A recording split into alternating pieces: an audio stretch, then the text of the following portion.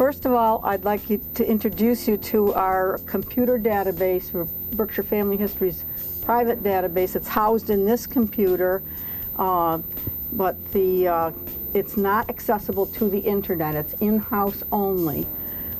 It has over 6 million names in it that have been indexed for the most part by our late President Don Lutz, who was the job of his life was to make sure he got as many indexes of books that are in our collections that had no indexes to begin with, and he would just look through them and pick out the names, the page that they were on, and feed them into his computer, which then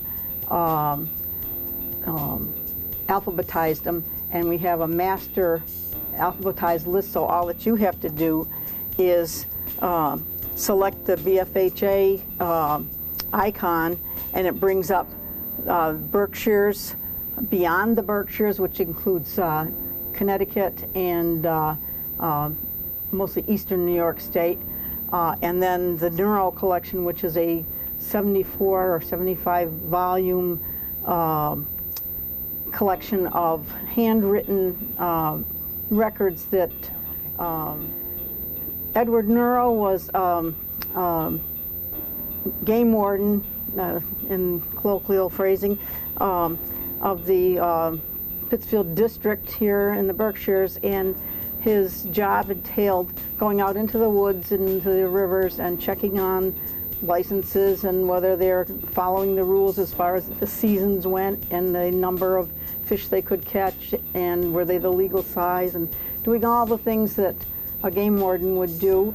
But then as he was traipsing through the woods to these various venues, he would come across old cemeteries that were grown up to woods or cellar holes, and he would, on his own time, go out and investigate. He would look through surveyors' records and court records, probate court, deeds, and find out who was the original settler there, and then find as many items of information about that person and his family as he could, and he recorded it all in beautiful hand script on notebook pages, which he would bind when they got to be about 3 inches deep, and then he would start on the next volume, and he would classify them, and he went town by town pretty much, but it is such a varied collection, and you have it all alphabetized, and you can just put in the name you're looking for,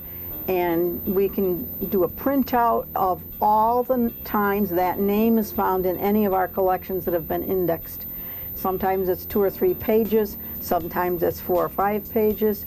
They're all not only alphabetized, but by call number, so that you can find the volume on the shelf and go right to the page that's identified and find your information in a much shorter time than you could by doing anything strictly by yourself. So I encourage anybody who has the opportunity to come here and use this computerized collection, and it's a treasure trove.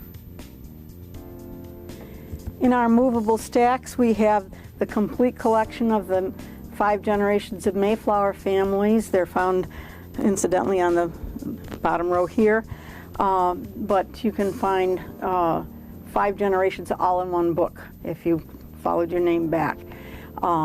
We also have the soldiers and sailors of the Revolutionary War as well as the Civil War, and that's all alphabetical order in the volumes. And the other collections that we have are Shakers and Quakers, of which there were 2 Shaker settlements in the Pittsfield area, and the Quakers were basically in Adams, and we have a complete collection of all of their church records and some valuable information there if you have any of those in your family. These are the vertical files that I just mentioned, and they range in titles from crafts to fairs to geology of the area to businesses. I pulled out a drawer here that has estates and resorts, if you're doing any research on that, or if your family used to come up to the Berkshires in the 1940s and they stayed at a summer camp. That might be found in here too. And you can see most of them are, it's all alphabetical order, most of them are newspaper clippings, and there are brochures and files, and just pull one out. Let's see if we got one here. This is an environmental folder, and it's an actual newspaper. I'm just going to put it up here.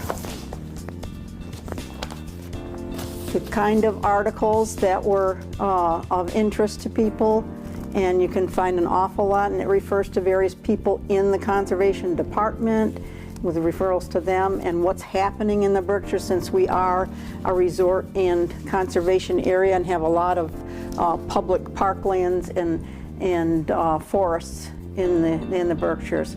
So this is all here for your use. You may need the librarian's help to zero in on the findings, but it's a treasure trove, and I encourage you to look for that as well. Of course, one of the most famous Berkshire authors is Herman Melville. As you may recall, he wrote Moby Dick right here in Pittsfield from his home on Holmes Road, and we have a copy of that here on the shelf. And right next to this room is the Herman Melville Room, which is the world's largest collection of Herman Melville memorabilia, including the desk at which he wrote Moby Dick on. And you're welcome to visit that. You need to request the key from the librarian, but you can take as much time as you want and look over every artifact in that room. And there's some scrimshaw and some various things that he collected on his actual sailing voyages. So it's a very interesting collection. We have a completely handicap accessible microfilm, microfiche reader here. It operates on push buttons and adjust to any height that you need it. Wheelchair slides under it. And at the reading tables, there are plug-ins that are at the desktop rather than on the floor, so they're in the chair slides under at the regular table level, and you can plug in your laptop right there. And the entrance at the lower level will give you access to the elevator to bring you up to this department, so that you don't have to worry about stair climbing as well. So we're totally handicap accessible here at the Berkshire Athenaeum. Okay, so we'll do 3, 2, 1. One of the other files that we have is family history files that are contributed by people who have done some genealogy work here, and they're usually researching a local name and they want it to be shared with other people who may have that same name in their family, and it's kept in this central file in the just as you're coming into the department itself. And of course it's alphabetical in arrangement, and there's quite an extensive collection of old family names from the Berkshires. So if that is what your focus is, we encourage you to contribute your research as well. Thank you very much.